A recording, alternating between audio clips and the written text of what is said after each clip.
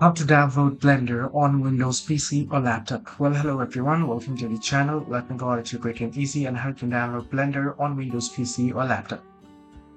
Well, the process is simple and easy. Now you have two different options.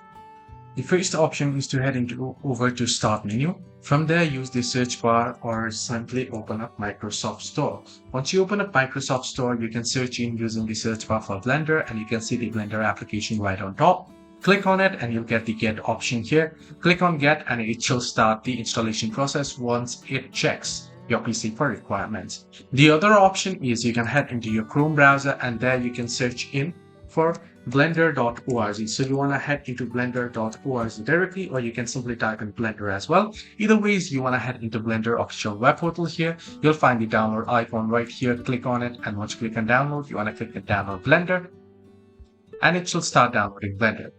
So here, as you can see, it's been downloaded. Right click on it, and once it's been downloaded, you can double click on it and open up the installer and start the installation process. So this is how you can easily download Blender on your Windows PC or laptop. If this video helped you, do like and subscribe, and do not forget to leave the comments down below as well.